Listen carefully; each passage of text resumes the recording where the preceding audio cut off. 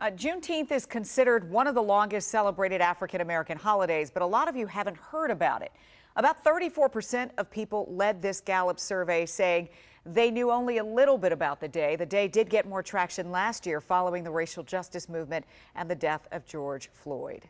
Well, while Juneteenth today is an opportunity for reflection and celebration, it stems from a tragic fact. Many enslaved people in this nation were not free for years after the signing of the Emancipation Proclamation. Since southern states had already succeeded and war was underway, the federal government had no real power in the Confederacy until the North won the war. It took 2 years for word of freedom to spread across Texas. Here's a look back at the beginning of Juneteenth in 1865. After 4 bloody years, the Union defeated the Confederacy to win the Civil War and abolish slavery in April of 1865. There were nearly 4 million enslaved people in the U.S. at that time. Union armies began marching throughout the southern states, freeing thousands of slaves each day. The news took months to reach Texas, the westernmost state in the Confederacy. On June the 19th, 1865, Major General Gordon Granger and 2,000 Union troops rode into Galveston, Texas, and told slaves of their freedom. The people of Texas are informed that in accordance with a proclamation from the Executive of the United States, all slaves are free. This involves an absolute equality of personal rights and rights of property between former masters and slaves.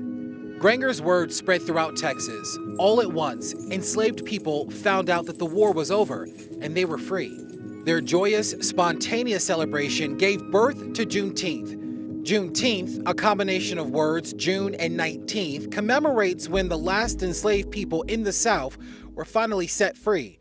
Many slaves were met with violence or death when they tried to leave, yet the promise of freedom extinguished fear and fueled generations of indestructible people.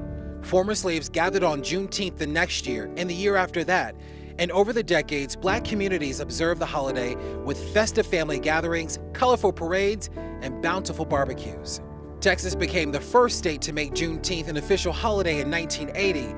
Since then, 49 states and the district recognized Juneteenth as a holiday.